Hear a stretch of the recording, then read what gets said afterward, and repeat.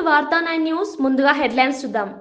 పర్యావరణ పరిరక్షణపై ప్రత్యేక దృష్టి సారించిన పవన్ కళ్యాణ్, అడవులు భవిష్యత్ తరాల వారసత్వం అంటూ పవన్ కళ్యాణ్ వ్యాఖ్య. అటవీ శాఖ అధికారులతో సమీక్ష నిర్వహించిన ఉప ముఖ్యమంత్రి, వన్యప్రాణుల సంరక్షణకు కొత్త విధానాలు రూపొందించనున్న ప్రభుత్వం. నేను రౌడీజం చేయను అని స్పష్టత ఇచ్చిన ఎమ్మెల్యే కడియం శ్రీహరి. ప్రజాసేవే లక్ష్యమంటూ నైతికతపై కడియం శ్రీహరి వ్యాఖ్య. సెటిల్మెంట్లు నా మార్గం కాదని స్పష్టత. 30 ఏళ్ల రాజకీయ జీవితం విలువలతోనే సాగిందన్న శ్రీహరి. కర్నూలు బస్సు ప్రమాదం, బాధిత కుటుంబాలకు అండగా ఉంటానన్న మంత్రి రాంప్రసాద్. ఇది ప్రమాదం మాత్రమే, వైఫల్యం కాదని మంత్రి స్పష్టత. మృతుల కుటుంబాలకు తక్షణ సాయం అందించనున్న ప్రభుత్వం. రవాణా భద్రత మెరుగుపరిచే దిశగా చర్యలు ప్రారంభం. ఆస్ట్రేలియాలో పెట్టుబడిదారులను ఆకర్షించిన మంత్రి నారా లోకేష్. ఆంధ్రప్రదేశ్ను గ్లోబల్ పవర్ హౌస్ గా తీర్చిదిద్దుతామని లోకేష్ ధీమా. $117 బిలియన్ పెట్టుబడులు సాధించిన రాష్ట్రమని లోకేష్ కితాబు. ఆధునిక సాంకేతికతతో రాష్ట్రాభివృద్ధికి కొత్త దిశలో అడుగులు. జూబ్లీహిల్స్ లో కాంగ్రెస్ ప్రచార హోరు. నవీన్ యాదవ్ గెలిస్తే ప్రజలే గెలుస్తారని మంత్రి పొన్నం పిలుపు. ఇంటింటి ప్రచారంలో ఉత్సాహం నింపిన పొన్నం ప్రభాకర్. ఉచిత బస్సు, ఉచిత విద్యుత్ పథకాలు ప్రజలకు మేలు చేస్తున్నాయన్న వ్యాఖ్య. ఎమ్మెల్యే కడియం శ్రీహరి తన రాజకీయ జీవితం గురించి స్పష్టమైన వివరణ ఇచ్చారు. నేను 30 ఏళ్లుగా రాజకీయాల్లో ఉన్నా ఎప్పుడూ రౌడీజం, సెటిల్మెంట్లు, బెదిరింపులు చేయలేదు అని స్పష్టం చేశారు. కొండా సురేఖ ఘటనపై మాట్లాడుతూ ఆ ఎపిసోడ్ ముగిసింది, ఇక ఆ ఇష్యూపై మాట్లాడను అన్నారు. ప్రజాసేవే తన లక్ష్యమని పేర్కొన్నారు. గత 3 దశాబ్దాలుగా ప్రజల నమ్మకాన్ని గెలుచుకున్నానని, రాజకీయాల్లో విలువలు, నిబద్ధతే తన బలమని తెలిపారు. ప్రజల కోసం సమయాన్ని కేటాయించడం, అభివృద్ధి కార్యక్రమాలు అమలు చేయడం తప్ప మరో అజెండా లేదని చెప్పారు. రాజకీయాల్లో నైతికత తగ్గిపోతుందని వ్యాఖ్యానించారు. నిజాయితీతో పనిచేస్తే ప్రజల ఆదరణ లభిస్తుందని చెప్పారు. ఈ వ్యాఖ్యలు తెలంగాణ రాజకీయాల్లో చర్చనీయాంశమయ్యాయి.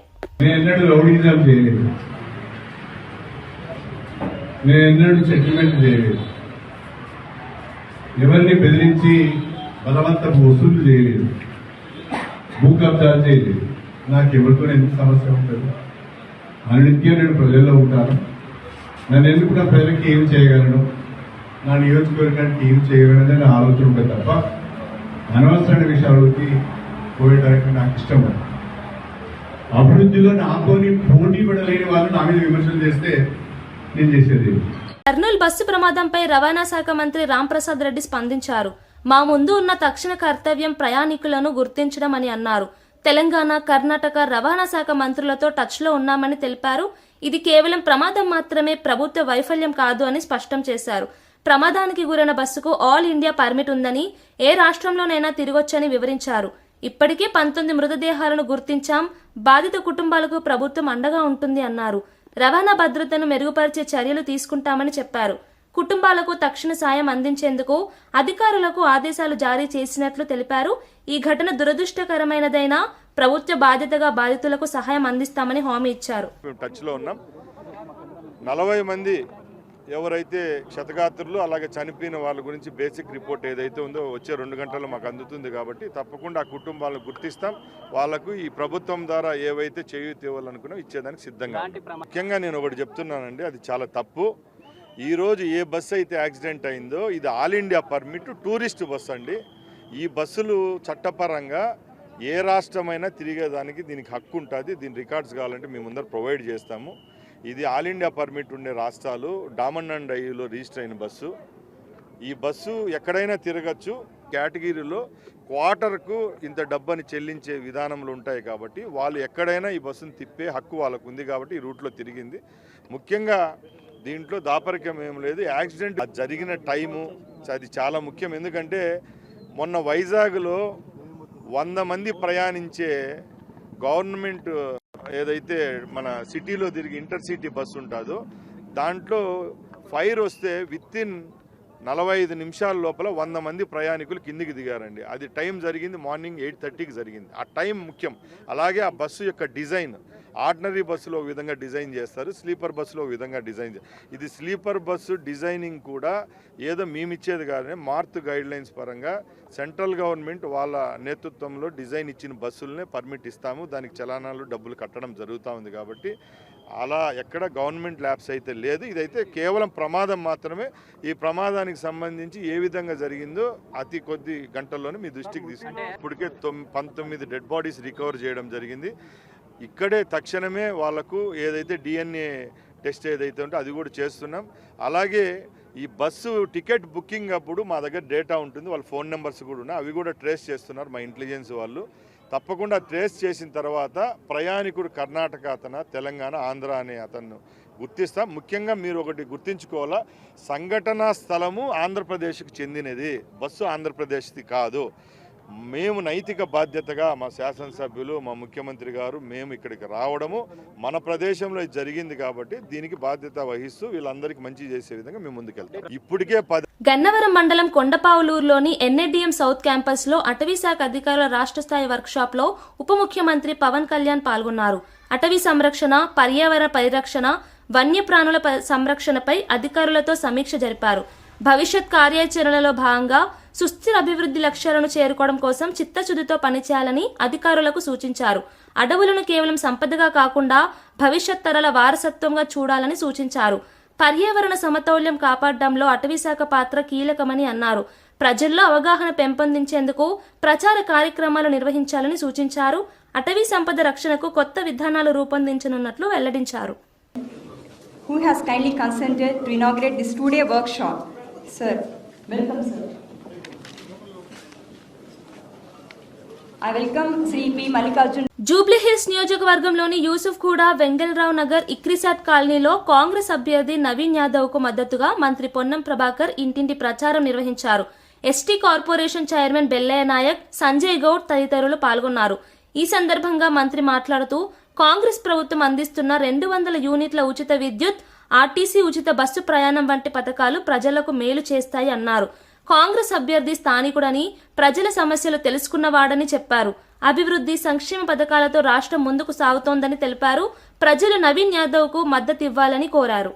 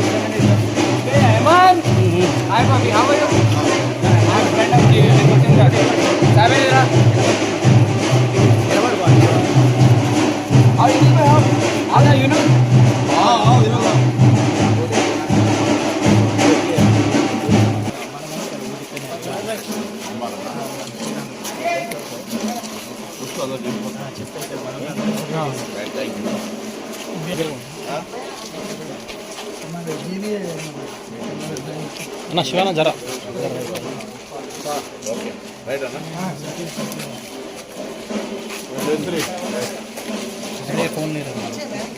ఆస్ట్రేలియా పర్యటనలో ఉన్న రాష్ట్ర ఐటీ మంత్రి నారా లోకేష్ మెల్బోర్న్లో ఆస్ట్రేట్ ప్రతినిధులతో సమావేశమయ్యారు. ఆంధ్రప్రదేశ్ను 2047 నాటికి గ్లోబల్ ఎకనామిక్ పవర్ హౌస్గా తీర్చిదిద్దడమే తమ ప్రభుత్వ లక్ష్యమని చెప్పారు.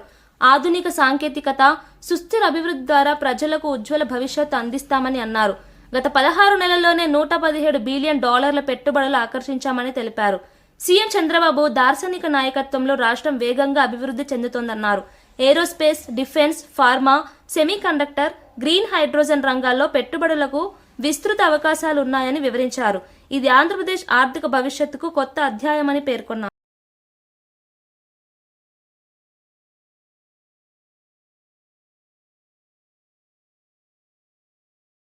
బీర్ల ఐలయ్య బీఆర్ఎస్ అధినేత కేసీఆర్ పై ఘాటు వ్యాఖ్యలు చేశారు. దళితులు, బడుగు బలహీన వర్గాలు ఓటు వేసి గెలిపిస్తేనే గతంలో సీఎం అయ్యాడు, కానీ ఇప్పుడు ప్రజల నమ్మకం కోల్పోయాడు అన్నారు. కేసీఆర్ రాజకీయం కుంభకర్ణుల్లా ఉంది, 6 నెలలు తిని 6 నెలలు నిద్రపోతాడంటూ ఎద్దేవా చేశారు. ఆయన ఫామ్ హౌస్ లో చెట్టు కింద కూర్చొని రాజకీయాలు చేస్తున్నాడని ఆరోపించారు. పార్టీ ఆఫీసుకు రాకుండా నాయకులను ఫామ్ హౌస్ కే పిలిపిస్తున్నాడు అన్నారు. తెలంగాణ ప్రజలు మళ్లీ కేసీఆర్ మాయకు లోను కావడం అసాధ్యమని చెప్పారు. ప్రస్తుత కాంగ్రెస్ ప్రభుత్వం ప్రజలకు చేరవుతోందని, రేవంత్ నేతృత్వంలో తెలంగాణలో కొత్త దశ ప్రారంభమైందని పేర్కొన్నారు. బీఆర్ఎస్ పతనం ప్రారంభమైందని వ్యాఖ్యానించారు. మైనార్టీ బీసీ ప్రజలంతా 2 దఫాలుగా ఓట్లేసి ముఖ్యమంత్రిని చేస్తే తెలంగాణ ఎస్సీ ఎస్సీ మైనార్టీ బీసీలతో ముఖ్యమంత్రి అయి తెలంగాణ ప్రజలకు ఒరగబెట్టింది లేదు.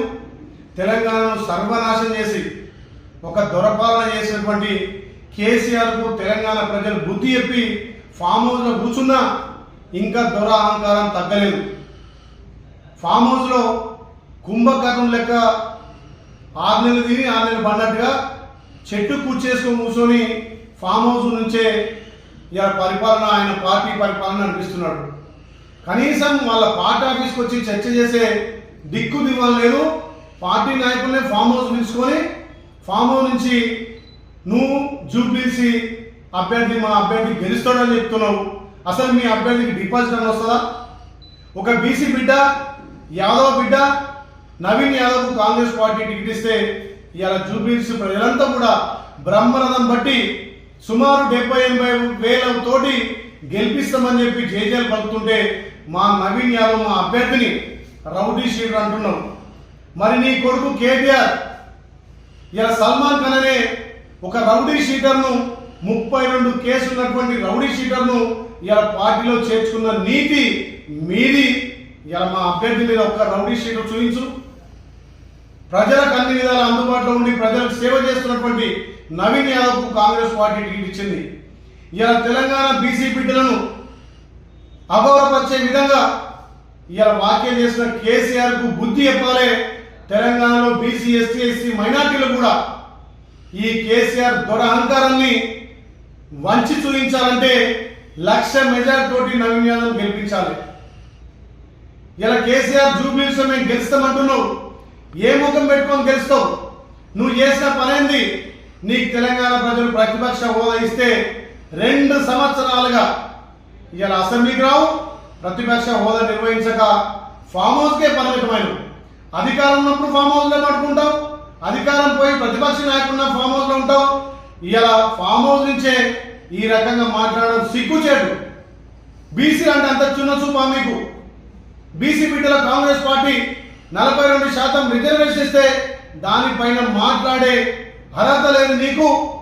బీసీలకు ఏ రకంగా నువ్వు న్యాయం చేసినావో చెప్పాలి. ఇలా టీఆర్ఎస్ పార్టీలో ఉన్నటువంటి బీసీ ఎమ్మెల్యేలు, బీసీ మాజీ మంత్రులు తలసాని శ్రీనివాస్ యాదవ్ గారు, శ్రీనివాస్ గౌడ్ గారు, అదేవిధంగా అందులో ఉన్న బీసీ ఎమ్మెల్యేలు మీరు ఆలోచన చేయాలి. కాంగ్రెస్ పార్టీ బీసీ బిడ్డకు ఇలా కాంగ్రెస్ పార్టీ ఎమ్మెల్యేగా బీఫామ్ ఇస్తే రౌడీ షీటర్ అని చెప్పి బీసీలను అగౌరవపరుస్తున్నటువంటి కేసీఆర్ కు బీసీ, ఎస్టీ, ఎస్సీ మైనార్టీలంతా కూడా జూబ్లీ ఎలక్షన్ లో బుద్ధి చెప్పాలి. తప్పకుండా తెలంగాణ ప్రజలు ఏదైతే కేసీఆర్ ను ఫామ్ హౌస్ పరిమితం చేసిన కేసీఆర్ అహంకారం తగ్గలే. ఒక దిక్కు బావా, ఒక దిక్కు బామ్మాది కాంగ్రెస్ పార్టీ అభ్యర్థి మీద దుష్ప్రచారం చేస్తున్నారు. మరి ఒక బీసీ బిడ్డ ఎమ్మెల్యే కాకూడదా? బీసీ బిడ్డ కాంగ్రెస్ పార్టీ బీఫామ్ ఇస్తే చూసి ఓర్వలేక ఈ రకంగా చిల్లర మల్లర మాట్లాడుతున్న కేసీఆర్, నీకు తెలంగాణ ప్రజలు కర్రు కాల్చి వాత పెట్టినా మీ బుద్ధి మారలేదు. ఈ రకంగా బీసీ బిడ్డలను అవమానపరిచి బీసీ బిడ్డల మీద మీరు ఈ రకంగా అనిష్ట వ్యాఖ్యలు చేస్తే రేపు గ్రామాలలో తిరగని తస్మాత్ జాగ్రత్త. ఇప్పటికైనా ఆ దొరపోకడు, దొర అహంకారం తగ్గించుకొని మా నవీన్ యాదవ్కు, మా బీసీ బిడ్డలకు క్షమాపణ చెప్పాలని చెప్పి కేసీఆర్ డిమాండ్ చేస్తా ఉన్నాం. హైదరాబాద్ గన్ పార్క్ లో గో రక్షకుడు ప్రశాంత్ పై దాడిని ఖండిస్తూ బీజేపీ ఆధ్వర్యంలో డీజీపీ కార్యాలయ ముట్టడిలో ఎంపీ ఈటెల రాజేందర్ మాట్లాడారు. కాంగ్రెస్ ప్రభుత్వం అధికారంలోకి వచ్చిన తర్వాత లా అండ్ ఆర్డర్ పూర్తిగా కూలిపోయింది, గన్ కల్చర్ పెరిగింది అన్నారు. మేడ్చల్, కీసర, గట్కేసర్ పరిధిలో మాఫియా మాదిరి రవాణా జరుగుతోందని చెప్పారు. గో రక్షకులు సమాచారం ఇచ్చిన పోలీసులు స్పందించడం లేదు అన్నారు. ప్రశాంత్పై తుపాకీ కాల్పులు జరపడం ఎంత ధైర్యమో అని ప్రశ్నించారు. వీరి వెనుక ఎవరున్నారు, ప్రభుత్వం ఎందుకు స్పందించడం లేదు అంటూ విమర్శించారు. హిందూ దేవాలయాలపై దాడులు పెరిగాయని, ప్రభుత్వం నిర్లక్ష్యం వహిస్తోందని హెచ్చరించారు. ఈ దాడుల వెనుక ఉన్నవారిపై కఠిన చర్యలు తీసుకోవాలని డిమాండ్ చేశారు. గోరక్షకులుగా నిత్యం చూస్తూ ఉంటా. ఇక్కడ ఎంపీగా మేడ్చల్ పోలీస్ స్టేషన్ కావచ్చు, షామీర్పేట్ పోలీస్ స్టేషన్ కావచ్చు, కీసర పోలీస్ స్టేషన్ కావచ్చు, గడికసర పోలీస్ స్టేషన్ కావచ్చు, నిత్యం కొన్ని వందలాది ట్రక్కులు కదిలిపోతూ ఉన్నాయి. ఇది ఒక పెద్ద మాఫియా లాగా తయారైంది. దీన్ని కంట్రోల్ చేయాల్సిన బాధ్యత ప్రభుత్వం మీదనే ఉంటుంది. గోరక్షకులుగా సమాచారం ఇస్తుండొచ్చు కానీ కంట్రోల్ చేయాల్సిన బాధ్యత మాత్రం పోలీస్ స్టేషన్ మీదనే ఉంటుంది. కానీ ఎక్కడో పోలీసులు పూర్తిగా విఫలమైన సందర్భంలో గోరక్షకులుగా బయటకు వచ్చి అక్కడక్కడ సమాచారం ఇవ్వడం కానీ అక్కడ ఆపే ప్రయత్నం చేస్తున్నప్పుడు ట్రక్కులతో గుద్దడం ఇవాళ ట్రక్కుల్ని వీళ్ళ కాళ్ళ మీద నుంచి పోనించడం. ఇవాళ 3-4 వెహికల్స్, ఒక్కొక్క ట్రక్ ఆవులు తోలుకపోయేటువంటి ట్రక్ కి 3-4 వెహికల్స్ ఇలా కత్తులతో గుండాలు దాన్ని కాపలా కాసే పద్ధతి. ఇది ఆపాలని చెప్పి చాలా రోజులుగా ఇక్కడ డిమాండ్ చేస్తా ఉంది. నిన్న ప్రశాంత్ అనే వ్యక్తి మీద నేరుగా ఇలా తుపాకీతో కాల్చిందంటే ఎంత ధైర్యం ఉండాలి, వీడికి ఎవరు సపోర్ట్ చేస్తున్నట్టు, ఎవరి అండతో ఇలా వీళ్ళు పని చేస్తున్నట్టు, మరి చట్టం ఉన్నట్ట లేనట్ట ప్రభుత్వం చెప్పాల్సిన అక్కడ ఉన్నది. దీని పూర్తి బాధ్యత ప్రభుత్వం అని చెప్పి హెచ్చరిస్తా ఉన్నాం. ఎందుకంటే ఇది విశ్వాసానికి సంబంధించిన అంశం. ఇదేదో ఆవులు అమ్ముకునేటువంటి వ్యాపార సంబంధించిన అంశం కాదు. ఇది అశేష ప్రజానీకం యొక్క విశ్వాసానికి సంబంధించిన అంశం కాబట్టి ఈ విశ్వాసాన్ని వమ్ము చేయడంలో, ఈ విశ్వాసాన్ని ఇవాళ అవమానపరచడంలో ఈ ప్రభుత్వం సహకరిస్తున్నట్టుగా ప్రజలు భావిస్తూ ఉన్నారు. కాబట్టి రేవంత్ రెడ్డి గారి ప్రభుత్వం తక్షణమే వీటి మీద విచారణ జరిపించాలి. ఎవరైతే ఈ ఫైరింగ్ చేసిందో, ఎవరైతే గతంలో కత్తులతో పొడుస్తూ ఉన్నారో, ఎవరైతే వీళ్ళు వెహికల్స్ తో చంపే ప్రయత్నం చేస్తున్నారో వాళ్ళ మీద చర్యలు తీసుకోవాలని చెప్పి ఈ ప్రభుత్వాన్ని హెచ్చరిస్తా ఉంది. హిందూ సమాజం మీద జరుగుతున్నటువంటి దాడిని నిరసిస్తూ బీజేపీ ఈ రోజున ధర్నా కార్యక్రమం చేపడతా ఉంది, పాదయాత్ర చేపడతా ఉన్నారు. కానీ అయినా కూడా ఇలా జరుగుతూనే ఉన్నాయి. దీని కాల్పులే జరిగాయి. సో ఇదంతా ఎంఐఎం అండదండలు ఉన్నాయని చెప్పి అండదండలు ఉన్నాయి. అనేక దేవాలయాల మీద మన రాంపల్లిలో ఒక ఆంజనేయ స్వామి విగ్రహాన్ని ధ్వంసం చేశారు. అంతకుముందు ఇదే సికింద్రాబాద్ లో ముత్యాలమ్మ టెంపుల్ ని వాళ్ళు విధ్వంసం చేశారు. ఇవాళ 40-45 గుళ్ళ మీద ఇవాళ దాడులు జరిగినాయి. ఈ దాడి జరిగినప్పుడల్లా వీడు సైకో అనో లేకపోతే వాడు మతిస్థిమిత లేదని చెప్పి తప్పించుకున్నారు తప్ప ఇది తప్పు. ఇది విల్ఫుల్లీ ఇంటెన్షనల్లీ ఇవాళ ఎక్కడో రెచ్చగొట్టే ప్రయత్నం చేస్తున్నారు. సమాజంలో అశాంతి ప్రబలే ప్రయత్నం చేస్తున్నారు. ఇది మంచిది కాదు అని చెప్పి ఈ ప్రభుత్వాన్ని హెచ్చరిస్తాం. ఇది చూడొచ్చు. కర్నూలు బస్సు ప్రమాదంపై ప్రొఫెసర్ డాక్టర్ కేఏ పాల్ తీవ్ర ఆగ్రహం వ్యక్తం చేశారు. ఈ భయంకరమైన మరణాలకు బాధ్యత వహించాల్సింది ప్రభుత్వం అన్నారు. ప్రమాదానికి కారణమైన బస్సు యజమాని వినోద్ కుమార్ ను వెంటనే అరెస్ట్ చేయాలని డిమాండ్ చేశారు. అన్ని కావేరీ బస్సులను తక్షణమే నిలిపివేయాలి అని సూచించారు. తన పని చేయని అధికారులను సస్పెండ్ చేయాలని, భవిష్యత్తులో ఇటువంటి విషాదాలు జరగకుండా చర్యలు తీసుకోవాలని ప్రభుత్వానికి విజ్ఞప్తి చేశారు. ప్రజల ప్రాణాలను కాపాడే బాధ్యత రాష్ట్రానికి ఉంది, కానీ నిర్లక్ష్యం వల్ల ప్రాణాలు కోల్పోతున్నారు అని ఆవేదన వ్యక్తం చేశారు. ఆయన వ్యాఖ్యలు సామాజిక మాధ్యమాల్లో చర్చనీయాంశమయ్యాయి. వారి కుటుంబాలకి శాంతి కలగాలని ప్రార్థిస్తున్నాం. ఒక దాదాపు 12-15 మంది బ్రతికి బయటపడ్డారు. వారు చెప్తున్న ఘటనలు చూస్తుంటే షాక్ అవుతాం. కానీ ఈ రాజకీయ నాయకులు మాత్రం పట్టించుకోరు. ఆర్టీఓ రోడ్ ట్రాన్స్పోర్ట్ ఆఫీసర్స్ పట్టించుకోరు, బ్రేక్ ఇన్స్పెక్టర్స్ పట్టించుకోరు. 16 చలానాలు కట్టకుండా ఉన్న ఆ కావేరీ బస్సుకి 221 బస్సులు ఇమీడియట్ గా సీజ్ చేయాలి. ఆ ఓనర్ ఎక్కడున్నాడో వినోద్ కుమార్ ని ఇమీడియట్ గా అరెస్ట్ చేయాలి. చనిపోయిన కుటుంబానికి 2 లక్షలు ప్రకటించడం కాదు ప్రధానమంత్రి, కనీసం ఓనర్ ద్వారా ₹1 కోటి ఇప్పించాలి. ఇలాంటి యాక్సిడెంట్లు జరగకుండా ఉండాలంటే అసెంబ్లీలో, పార్లమెంట్లో మంచి చట్టాలు తీసుకురావాలి. ఎయిర్ ఇండియా యాక్సిడెంట్ అయినప్పుడు అహ్మదాబాద్ లో 261 మంది చనిపోతే, అరే బాబు ఎయిర్ ఇండియన్ మినిస్టర్ రాజీనామా చేయాలంటూ ఒక్కడ పట్టించుకోలేదు సరికదా, అవార్డులు ఇస్తున్నారు వీళ్ళకి. పొలిటికల్ రాజకీయ కరప్షన్ ద్వారా ఈ దేశం సర్వనాశనం అవుతుంది. మనిషికి విలువ లేకుండా పోతుంది. ప్రశ్నించిన వాళ్ళని నోరు మూయించడానికి ప్రయత్నిస్తున్నారు.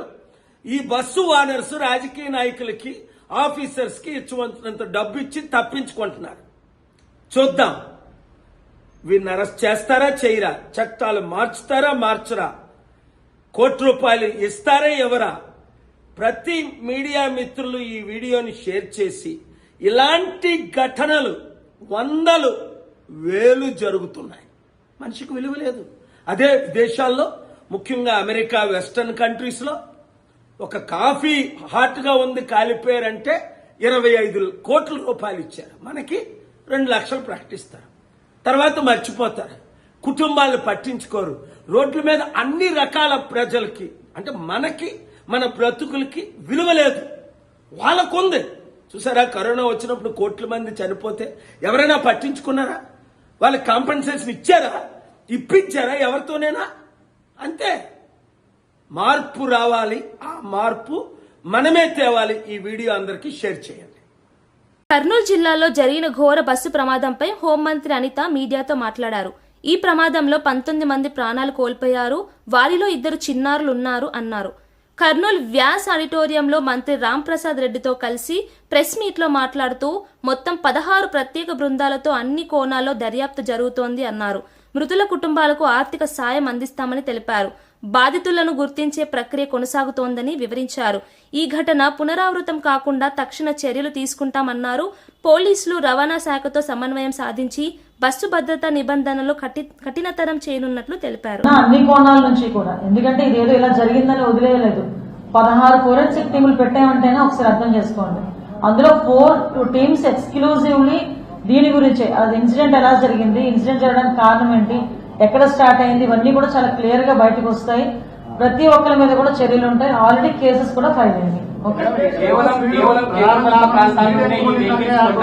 కేంద్రపాలిత ప్రాంతాల్లో కొన్న తర్వాత ఈ విధంగా స్టేట్ లో మెట్రోపాలిటన్ సిటీస్ లో ట్రావెల్ చేస్తూ ఉన్నారు. ఎందుకంటే యూటీస్ లో వెహికల్స్ కాస్ట్ చాలా తక్కువగా ఉంటుంది. తర్వాత వాటికి సరైనటువంటి ఆధారాలు లేవు.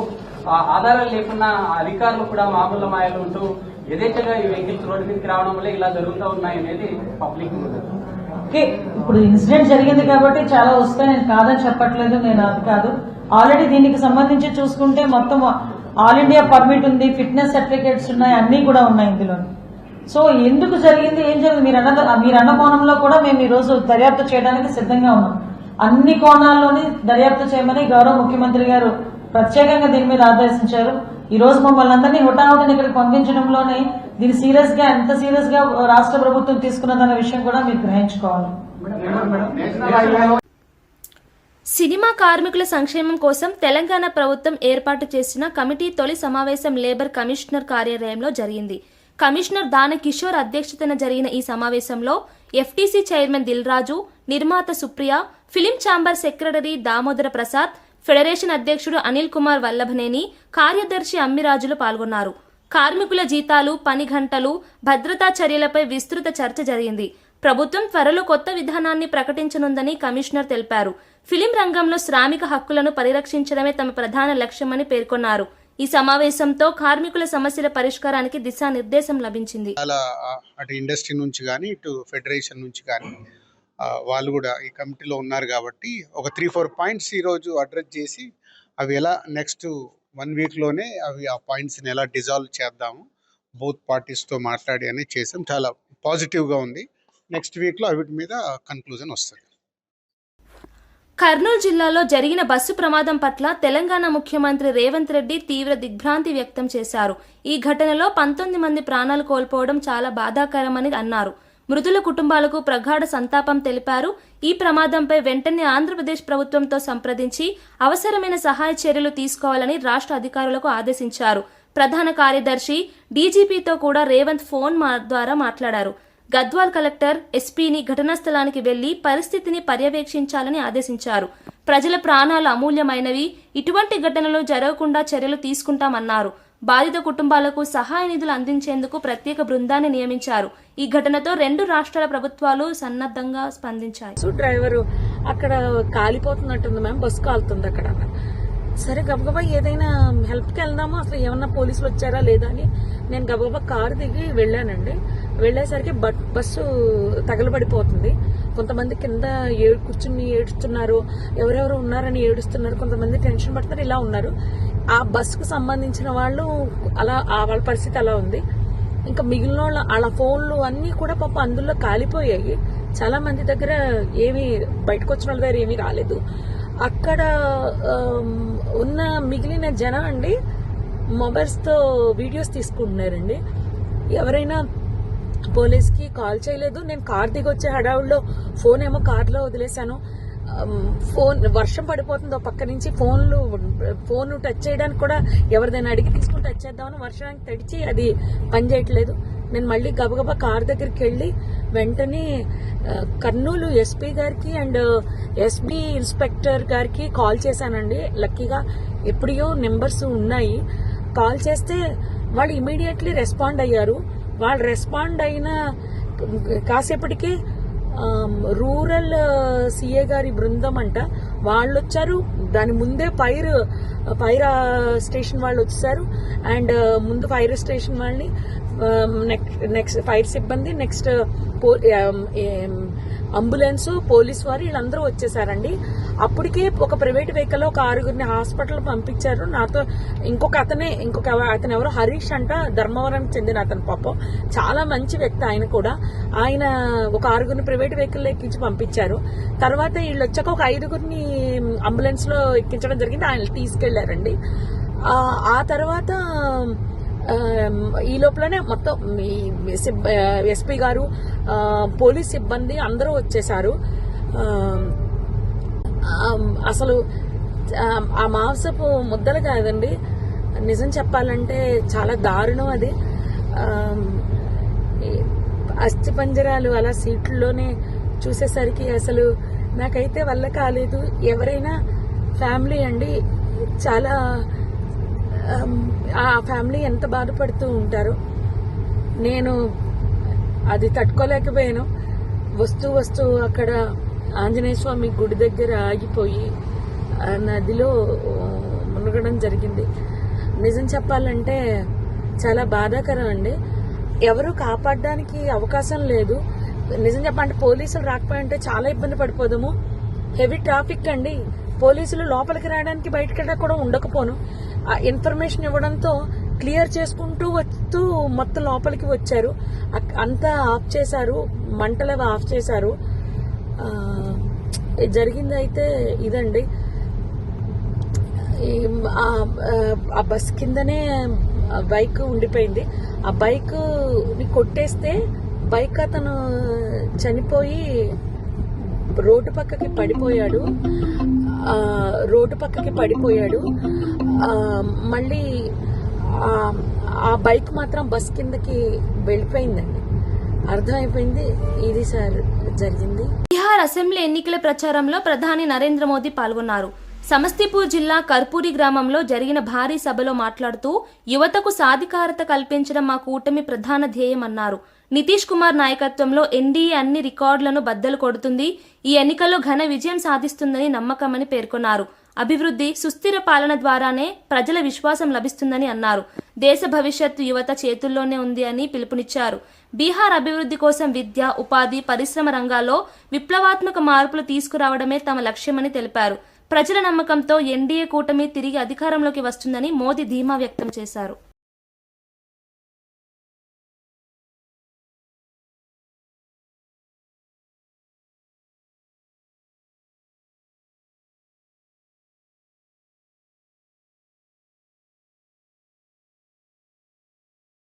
మాజీ మంత్రి జోగి రమేష్ వైఎస్ఆర్ కాంగ్రెస్ పార్టీపై జరుగుతున్న దుష్ప్రచారాన్ని తీవ్రంగా ఖండించారు. మనపై విషం చిమ్ముతూ వ్యక్తిత్వ హననం చేస్తున్నారు అన్నారు. చట్టం తమ చేతుల్లో ఉందని భావించి ఇష్టం వచ్చినట్లు ప్రవర్తిస్తున్నారు అని విమర్శించారు. ఐవీఆర్ఎస్ కాల్స్ ద్వారా దుష్ప్రచారం చేస్తున్న వారిపై చర్యలు తీసుకోవాలని డిమాండ్ చేశారు. ప్రజల నమ్మకాన్ని దెబ్బతీసే ప్రయత్నం ఇది, కానీ సత్యం ఎప్పుడు నిలబడుతుంది అన్నారు. ప్రభుత్వంపై తప్పుడు ఆరోపణలు చేయడం రాజకీయ నైతికతకు విరుద్ధమని పేర్కొన్నారు. నిజాయితీ పాలనకు ప్రజల మద్దతు ఉందని, అసత్యాలతో వైఎస్ఆర్సీపీని ఎవరూ కించపరచలేదు అన్నారు. వ్యవస్థలను దుర్వినియోగం చేస్తున్న వారిని ప్రజలే తిరస్కరిస్తారని రమేష్ హెచ్చరించారు. ఎవరు చేస్తారో తెలీదు, ఏ డిస్ట్రిబ్యూషన్ కమిటీ తెలీదు, ఏ వ్యవస్థ తెలీదు. అన్నిటిని కూడా చట్టాన్ని తమ చెప్పు చేతలు తీసుకుని చట్టం మా చేతిలో ఉంది కదా, ప్రభుత్వం మా చేతిలో ఉంది కదా, ఏదైనా చేయొచ్చు అని చెప్పేసి చంద్రబాబు నాయుడు కొడుకు కక్ష కట్టి ఈ విధంగా వ్యక్తి తానానం చేసే కార్యక్రమానికి శ్రీకారం చుట్టారు. ఈరోజు డీజీపీ ఆఫీస్కి వచ్చి స్వయంగా మీడియా మిత్రులు ముందు చెప్తా ఉన్నాం, దమ్ము ఉంటే ధైర్యం ఉంటే ఎవరు చేశారో చెప్పండి, ఎవరు చేయించారో చెప్పండి, దీని మీద విచారణ చేయించండి, నిజాన్ని నిర్భయంగా నిగ్గు తేల్చమని చెప్పేసి మీ ద్వారా అడుగుతా ఉన్నా. ఈ ప్రభుత్వాన్ని, డీజీపీ గారిని అడుగుతా ఉన్నా, సిఐడి సైబర్ క్రైమ్స్ అడుగుతా ఉన్నాం. నిజంగా ఎంత దుర్మార్గం అంటే ఏ వ్యవస్థను వాడుకుంటారో తెలియదు. పరమ కిరాతకుల్లాగా వ్యవస్థల్ని తప్పుదారి పట్టించే క్రమం, టెలికాం వ్యవస్థని తప్పుదారి పట్టించే, ఐటీ సెక్టార్ని తప్పుదారి పట్టించే, ఇన్ఫర్మేషన్ టెక్నాలజీని వాడుకొని, టెలికాం వ్యవస్థను వాడుకొని దీని మీద పూర్తి స్థాయిలో విచారణ జరిపించమని చెప్పేసి పోలీస్ అధికారులను కోరుతా ఉన్నాం. బాధ్యులైన వారిని ఎంతటి వారున్నా సరే ప్రభుత్వంలో, ఆఖరికి చంద్రబాబు నాయుడు ఉన్నా సరే, చంద్రబాబు నాయుడు కొడుకు లోకేష్ ఉన్నా సరే, ఇటువంటి తప్పుడు వ్యవస్థల్ని వాళ్ల చెప్పు చేతల్లో పెట్టుకుని వ్యక్తిత్వ హననం చేసే ఇటువంటి దుర్మార్గమైన క్రీడని పరిశోధించి పోలీస్ వ్యవస్థ అరికట్టాలని చెప్పేసి, దీన్ని చేసిన ప్రతి ఒక్కరిని కూడా ఇందులో బాధ్యులను చేసి కేసులు పెట్టాలని చెప్పేసి మీడియా మిత్రుల ద్వారా డిమాండ్ చేస్తా ఉన్నాం. ఈ పాటికే చెప్పా, నా మీద ఒక బురదేశారు చంద్రబాబు నాయుడు ప్రభుత్వం. నేను సిద్ధంగా ఉన్నా, దేనికైనా రెడీగా ఉన్నా. నా వ్యక్తిత్వం మీద, నా వ్యక్తిగత ప్రతిష్టని దిగజార్చే విధంగా చంద్రబాబు నాయుడు ప్రభుత్వం నకిలీ కల్తీ మద్యం దీని నా మీద అంటగట్టాలని, వైఎస్ఆర్ కాంగ్రెస్ పార్టీని ప్రతిష్టని దిగజార్చాలని చెప్పేసి చూసే ఈ ప్రభుత్వానికి, చంద్రబాబు నాయుడికి, లోకేష్ కి చెప్తా ఉన్నాం, దేనికైనా రెడీ, సిద్ధంగా ఉన్నాం. నేను చెప్పిన దానికి ఏ ఒక్కదానికి కూడా ప్రభుత్వం నుంచి, చంద్రబాబు నాయుడు నుంచి కానీ లోకేష్ నుంచి కూడా ఇంతవరకు స్పందన లేదు. తిరుమల వస్తామన్నాం, దానికి స్పందన లేదు. చంద్రబాబు నాయుడు చెప్పిన తర్వాత వరలరామయ్య చెప్పాడు, ఇది కాదు, తిరుమల కాదు, కనకదుర్గమ్మ గుడి కాదు, లై డిటెక్టర్ టెస్ట్ కాదు, నార్కో ఎనార్ టెస్ట్ రెడీ అని దమ్ముగా చెప్తా ఉన్నా. డీజీపీ ఆఫీస్ ముందు చెప్తా ఉన్నా, నార్కో ఎనాల్. ముగించే ముందు హెడ్లైన్స్ మరోసారి చూద్దాం. పర్యావరణ పరిరక్షణపై ప్రత్యేక దృష్టి సారించిన పవన్ కళ్యాణ్, అడవులు భవిష్యత్ తరాల వారసత్వం అంటూ పవన్ కళ్యాణ్ వ్యాఖ్య. అటవీ శాఖ అధికారులతో సమీక్ష నిర్వహించిన ఉప ముఖ్యమంత్రి, వన్యప్రాణుల సంరక్షణకు కొత్త విధానాలు రూపొందించనున్న ప్రభుత్వం. నేను రౌడీజం చేయను అని స్పష్టత ఇచ్చిన ఎమ్మెల్యే కడియం శ్రీహరి, ప్రజాసేవే లక్ష్యమంటూ నైతికతపై కడియం శ్రీహరి వ్యాఖ్య. సెటిల్మెంట్లు నా మార్గం కాదని స్పష్టత, 30 ఏళ్ల రాజకీయ జీవితం విలువలతోనే సాగిందన్న శ్రీహరి. కర్నూలు బస్సు ప్రమాదం, బాధిత కుటుంబాలకు అండగా ఉంటానన్న మంత్రి రాంప్రసాద్. ఇది ప్రమాదం మాత్రమే, వైఫల్యం కాదని మంత్రి స్పష్టత. మృతుల కుటుంబాలకు తక్షణ సాయం అందించనున్న ప్రభుత్వం. రవాణా భద్రత మెరుగుపరిచే దిశగా చర్యలు ప్రారంభం. ఆస్ట్రేలియాలో పెట్టుబడిదారులను ఆకర్షించిన మంత్రి నారా లోకేష్, ఆంధ్రప్రదేశ్ను గ్లోబల్ పవర్ హౌస్ గా తీర్చిదిద్దుతామని లోకేష్ ధీమా. $117 బిలియన్ పెట్టుబడులు సాధించిన రాష్ట్రమని లోకేష్ కితాబు. ఆధునిక సాంకేతికతతో రాష్ట్రాభివృద్ధికి కొత్త దిశలో అడుగులు. జూబ్లీహిల్స్ లో కాంగ్రెస్ ప్రచార హోరు, నవీన్ యాదవ్ గెలిస్తే ప్రజలే గెలుస్తారని మంత్రి పొన్నం పిలుపు. ఇంటింటి ప్రచారంలో ఉత్సాహం నింపిన పొన్నం ప్రభాకర్, ఉచిత బస్సు, ఉచిత విద్యుత్ పథకాలు ప్రజలకు మేలు చేస్తున్నాయన్న వ్యాఖ్య. ఇవి బులెటిన్ విశేషాలు. మరో బులెటిన్లో మళ్ళీ కలుద్దాం.